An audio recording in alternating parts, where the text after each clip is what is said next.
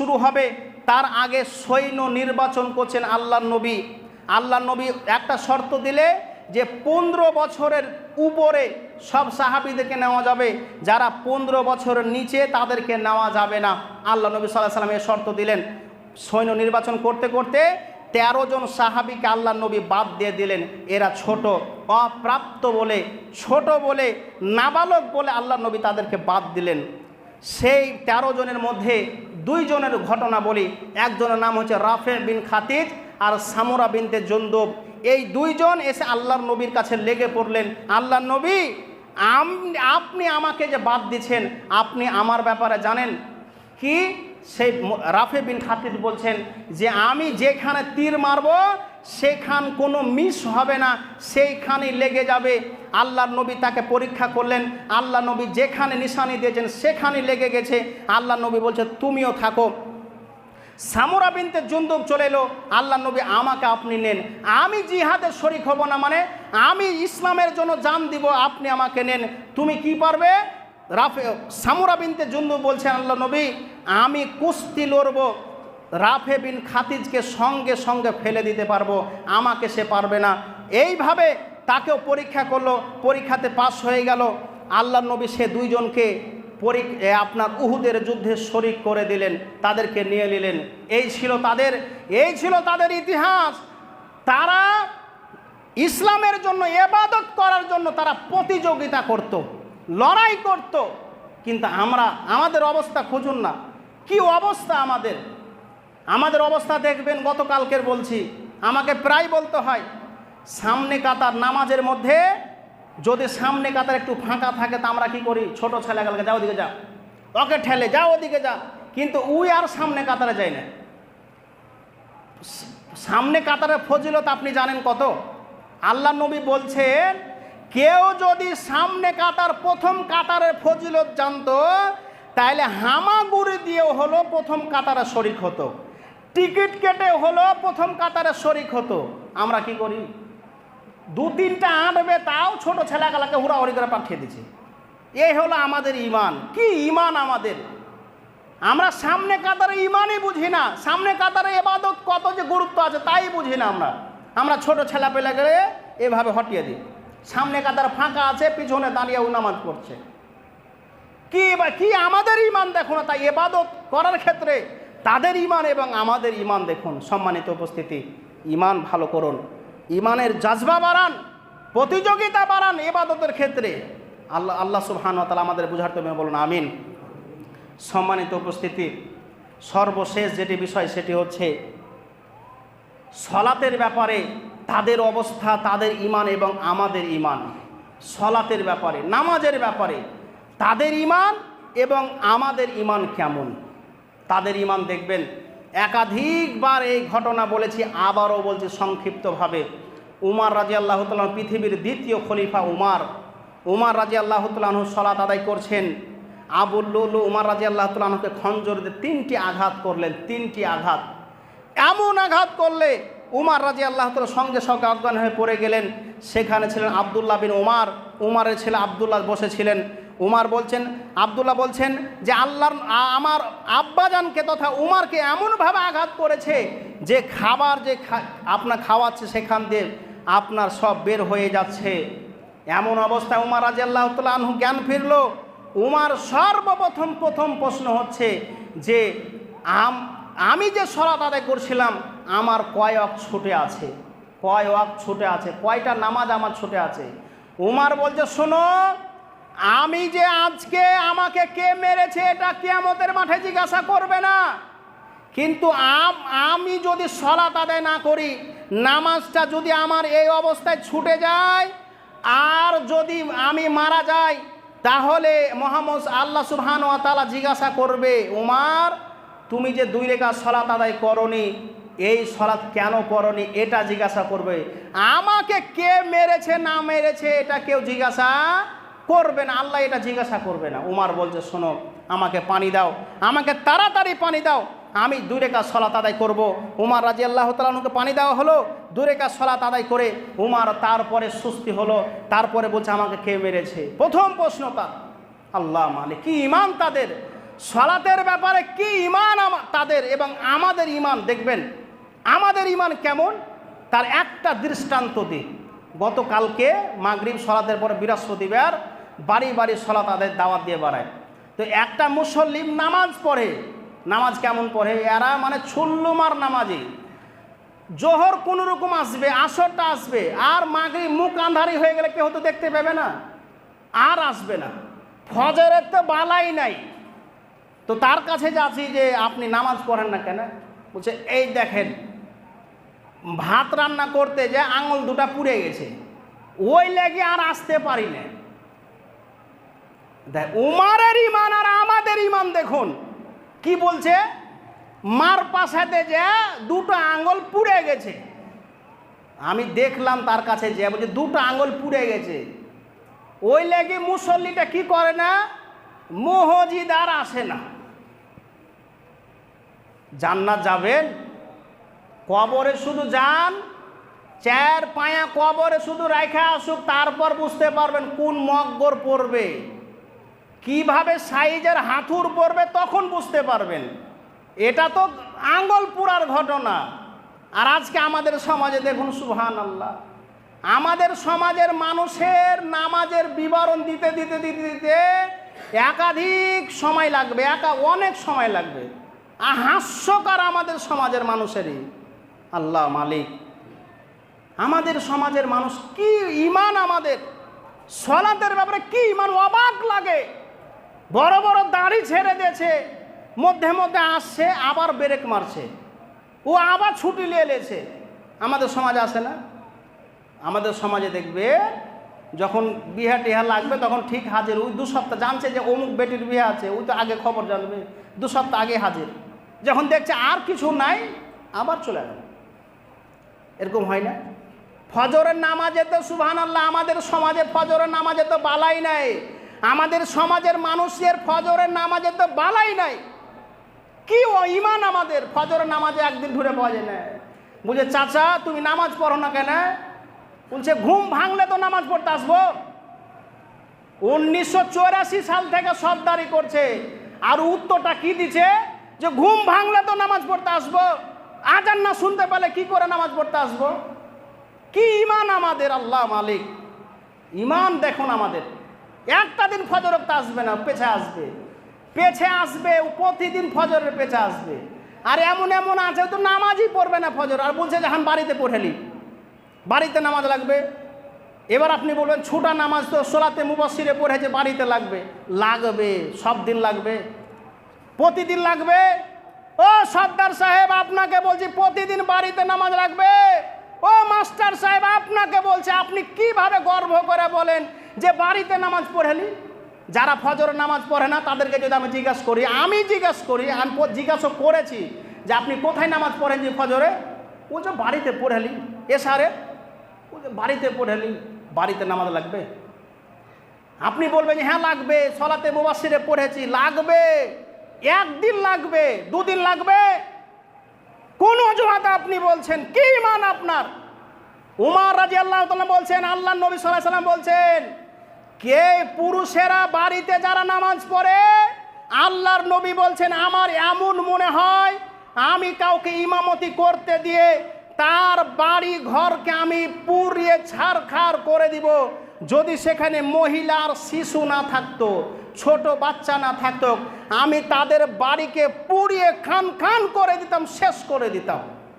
আর চাচা বলছে যে বাড়িতে নামাজ পড়ছি। আমাদের সমাজের মানুষের নামাজির ইতিহাস আছে, ওই শুধু জোহর আসর মাগরিব আর এশারে তো ফের ব্রেক মেরে দিবে, ও আসবে না। ফজর তো টোটালি পাওয়া যায় না। মনে রাখবেন, খুলুন সহিহ মুসলিম হাদিস নাম্বার 1010 নম্বর হাদিস খুলে দেখবেন, আল্লাহর নবী বলছেন যে এক শ্রেণীর শেষ জামানে এক শ্রেণী মুসল্লি হবে, শেষ জামানে এক শ্রেণী মুসল্লি হবে যারা নামাজ পড়বে সব সময় পেছে কাতারে, হুড়াহুড়ি গুদাগুদি করে এসে পেছে কাতারে দাঁড়িয়ে যাবে। আল্লাহর নবী বলছেন সেই মুসল্লি ইমামের সাথে নামাজ পড়বে, সেই মুসল্লি জামাতে নামাজ পড়বে, সেই মুসল্লি মসজিদে এসে নামাজ পড়বে। কথাটা বুঝতে পারলেন না? ইমামের সঙ্গে পড়বে, জামাতে পড়বে, মসজিদে নামাজ পড়বে। আল্লাহর নবী বলছেন হিয়া ফিন্নার, সেই মুসল্লিটা হচ্ছে জাহান্নামী। কি জাহান্নামী? কেন? ওর প্রতিদিন পেছে কাতারে নামাজ হয়, একটা দিন ওই সামনে কাতারে আসতে পারলে না। আল্লাহর নবী বলছেন ও জাহান্নামী, ও জান্নাত যেতে পারবে না। কারা? আপনার মতো মুসল্লিটা। আপনি প্রতিদিন আপনার ফজরের নামাজ ছুটে, অবাক লাগে আমাদের সমাজের মুসল্লিদের অবস্থা দেখে। ওই একটা দিন ফজর ওয়াক্তে নামাজ পড়তে আসে না, ও আবার বেলে সর্দারি করবে। এই সর্দার সমাজকে চালনা করবে, এই সর্দার কোনদিন সমাজকে পরিচালনা করবে? যে সর্দার সলাতের ব্যাপারে তার কোনো হুঁশ জ্ঞান নাই, কি করে তারা এভাবে পরিচালনা করবে? আল্লাহ আমাদের বুঝার তৌফিক বলুন আমিন। মনে রাখবেন, একজন সাহাবীর ঘটনা বলে আমি শেষ করব। তাদের ঈমানটা কেমন ছিল সলাতের ব্যাপারে শুনুন।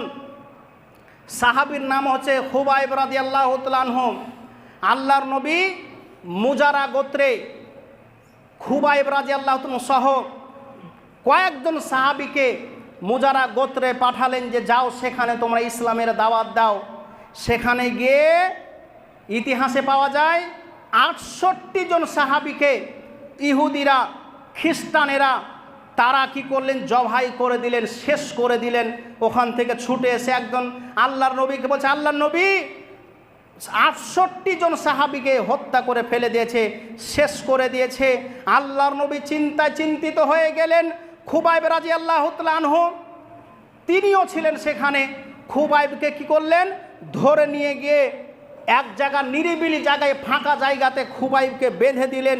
সেখানে তারা থাকলেন। ইহুদিরা বলছে খুবাইবকে রেখে দাও, তাকে এখানে রেখে দাও, সে না খেয়ে খেয়ে সেখানে মারা যাবে। প্রায় 10-12 দিন পরে খুবাইবকে ইহুদিরা দেখতে গেলেন। দেখতে গিয়ে খুবাইবের ঘরে যেমন ঢুকছেন, খুবাইব রাদিয়াল্লাহু তাআলা আনহু গুন গুন গুন গুন করে কোরআন তেলাওয়াত করছেন। সেখানে ইহুদিরা অবাক হয়ে গেলেন, এতদিন ধরে কি করে বেঁচে আছে? খুবাইবের বাড়ির পিছনে তাকিয়ে একজন ইহুদি বলছেন, এই ফল তুমি কোথায় পেলে? এই ফল তো এই মরুভূমি এলাকায় হয় না, এখানে তো সেগুলো হয় না। খুবাইব বলছেন হাজা মিন ইন্দি রব্বি, এটা আমার রবের পক্ষ থেকে এসেছে, আমার রবের পক্ষ থেকে এটা এসেছে। খুবাইব রাদিয়াল্লাহু তাআলা আনহু কে আবার ইহুদিরা ধরে নিয়ে গেল। সেখানে তারা বলল একে আর বাঁচিয়ে রাখা যাবে না, একে শেষ করে দিতে হবে। সর্বশেষ খুবাইবকে যখন ফাঁসিতে ঝুলানো হচ্ছে, তখন তাকে বলছে, শোনো, আমি জানি তুমি খুবই ভালো, আমরা জানি তুমি খুবই ভালো, তুমি এখন মুহাম্মদ সাল্লাল্লাহু আলাইহি সাল্লামের ধর্ম ত্যাগ করে দাও। তুমি ধর্ম ত্যাগ করো, মুহাম্মদ সাল্লাল্লাহু আলাইহি সাল্লামের ধর্ম থেকে তুমি ফিরে আসো, তোমাকে আর ফাঁসি দিব না, বাঁচিয়ে দিব। খুবাইব রাদিয়াল্লাহু তাআলা বলছে, শোনো, আমার সঙ্গী সাথীরাকে তোমরা টুকরো টুকরো করে কেটেছো, আমি জানি আমাকেও কাটবে, আমাকে তোমরা কান নাক টুকরো টুকরো করে কেটে ফেলবে, তবু আমি মুহাম্মদ সাল্লাল্লাহু আলাইহি সাল্লামের ধর্ম ত্যাগ করব না। ইতিহাসে পাওয়া যায় খুবাইব রাদিয়াল্লাহু তাআলা আনহুকে যখন ফাঁসিতে ঝুলানো হবে, খুবাইব বলছে, শোনো, তোমরা আমাকে 2 রাকাত সালাত আদায় করার সময় দাও, আমি সর্বশেষ আমার জীবনের সর্বশেষ 2 রাকাত সালাত আদায় করতে চাই। খুবাইব রাদিয়াল্লাহু তাআলা আনহুকে সময় দেওয়া হলো। খুবাইব বলছেন, আমি আল্লাহর কাছে সিজদাতে একটাই দোয়া করলাম, আল্লাহুম্মা আহসিন আদাদা, হে আল্লাহ তুমি তো জানো এরা আমার সঙ্গী সাথীরাকে টুকরো টুকরো করে কেটে ফেলেছে, এরা আমার সঙ্গী সাথীরাকে ধ্বংস করে দিয়েছে, টুকরো টুকরো করে হত্যা করেছে। আল্লাহুম্মা আহসিন আদাদা, হে আল্লাহ তুমি তাদেরকে গুনে গুনে রাখো, তুমি তাদেরকে গুনে গুনে রাখো। ওয়াকতুলুহুম বাদাদা, এবং তুমি তাদেরকে সব কি ধ্বংস করে দিবে, তাদেরকে হত্যা করবে। ওয়ালা তাফকি ফিল আরজি আহাদা, এবং তুমি তাদের প্রজন্মকে পৃথিবীতে আসতে দিও না। খুবাইব রাদিয়াল্লাহু তাআলা এই বদদুয়া করলেন। এই বদদুয়া করার কারণে মুজারা গোত্রের সেখান দিয়ে, মুজারা গোত্রে একটা জায়গা ছিল, সেখান দিয়ে একটা পাখি উড়ে যেত না। আল্লাহ তাদেরকে একেবারে মাটির সাথে মিশিয়ে দিয়েছে, তাদেরকে ধ্বংস করে দিয়েছে। ইতিহাসে পাওয়া যায় খুবাইব রাদিয়াল্লাহু তাআলা আনহুর সহিহ বুখারী 569 নম্বর পৃষ্ঠা 2য় খণ্ডতে ইতিহাসে এসেছে, খুবাইব রাদিয়াল্লাহু তাআলা আনহুকে গাছের সাথে ঝুলিয়ে দিয়েছে। গাছের সাথে ঝুলানো থেকে থেকে প্রায় 29 দিন মতো খুবাইব রাদিয়াল্লাহু তাআলা গাছের সাথে ঝুলানো ছিল। আল্লাহর নবী বলছেন, আমি খুবাইবের জন্য প্রায় 1 মাস ধরে কুনুতে নাজেলা পড়েছি, আল্লাহ খুবাইবের লাশটাকে যেন আমরা পাই, খুবাইবের লাশটাকে যেন আমরা পাই। আল্লাহর নবী 1 মাস ধরে খুবাইবের জন্য 1 মাস ধরে কুনুতে নাজেলা পড়লেন।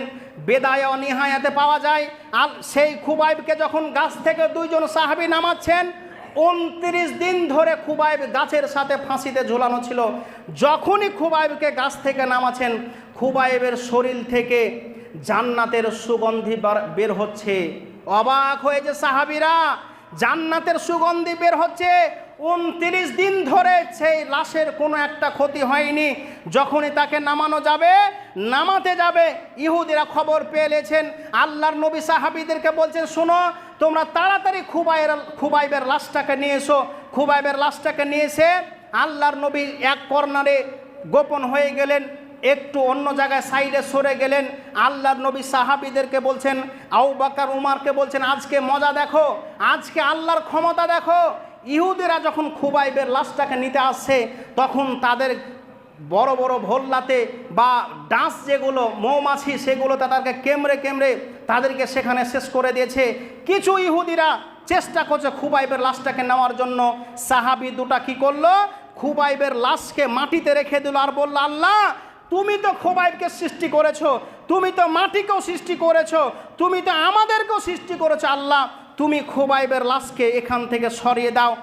আল্লাহর নবী বলছেন, খুবাইবের লাশ যেমন 2 জন সাহাবী রাখলেন, সঙ্গে সঙ্গে সেই খুবাইবের লাশ আল্লাহ মাটির সাথে মিশিয়ে দিলেন, জান্নাতে নিয়ে চলে গেলেন। এই হচ্ছে খুবাইবের ইতিহাস। খুবাইব রাদিয়াল্লাহু তাআলা আনহু সর্বশেষ 2 রাকাত সালাত আদায় করলেন মরার সময়তেও। আর কি করে আপনি বলেন, আপনাকে আর কোন ইতিহাস দিয়ে বুঝাবো যে সালাত আদায় করতে হয়? আপনার কি মানুষের চামড়া নেই গায়ে? ও মুসল্লি সাহেব, বড় বড় তো দাড়ি ছেড়ে দিয়ে সপ্তাহে 1 দিন আসছো, 2 দিন হারিয়ে গেছো। আপনার কি কুকুরের চামড়া গায়ে আছে? আপনার কি কুকুরের রক্ত গায়ে আছে? কতবার আপনাকে বলবো, কিভাবে আপনাকে নামাজের দাওয়াত দিব? হাত ধরে ধরে টানতে টানতে নিয়ে আসছি, আর এই কুকুরগুলোকে আর পারা যাচ্ছে না। কি আছে আপনার মন মানসিকতা, কেন কুকুরের মতো হয়ে গেছে? কিভাবে তোমাকে আর দাওয়াত দিব নামাজের? কি আছে বলো তোমাকে? কোন ইতিহাস বলে তুমি নামাজ ধরবে? কোন ইতিহাস, কোন ইসলামের পাঠটা বলে তুমি নামাজের দিকে আসবে? তোমার কি মানুষের গায়ে চামড়া নেই? তুমি শিক্ষিত মানুষ, তুমি নিজে মাস্টার ডিগ্রি পাস করেছো, মাস্টার মানুষ তুমি। 1 মাস আসছো, আর একদিন তুমি আসছো না। 1 মাস আসছো, 6 মাস তুমি সমাজ থেকে উড়ে যাচ্ছ, মসজিদ থেকে আসো না। কি মনে করেছো তুমি? ইসলামের কোন ইতিহাসটা বলে তুমি সালাত আদায় করবে? মানুষ কি নয় আমরা? আপনারা কি মানুষ না? কতবার করে বলে আপনাদেরকে, মানুষের পরিচয় দেন, কুকুর ছাগলের পরিচয় দেন না। আরে কুকুরের কুপর ভিত্তি নাই, কুকুর যেটা ইচ্ছা সেটা করতে পারে। কুকুরের কখনো কুকুরের কোনো নাই, তার জ্ঞান নাই, সে যখন ইচ্ছা তখন সে করতে পারে। আপনি কি কুকুরের মতো? আপনাকে কতবার কোরআনে আল্লাহ বলেছে তোমরা সালাত আদায় করো।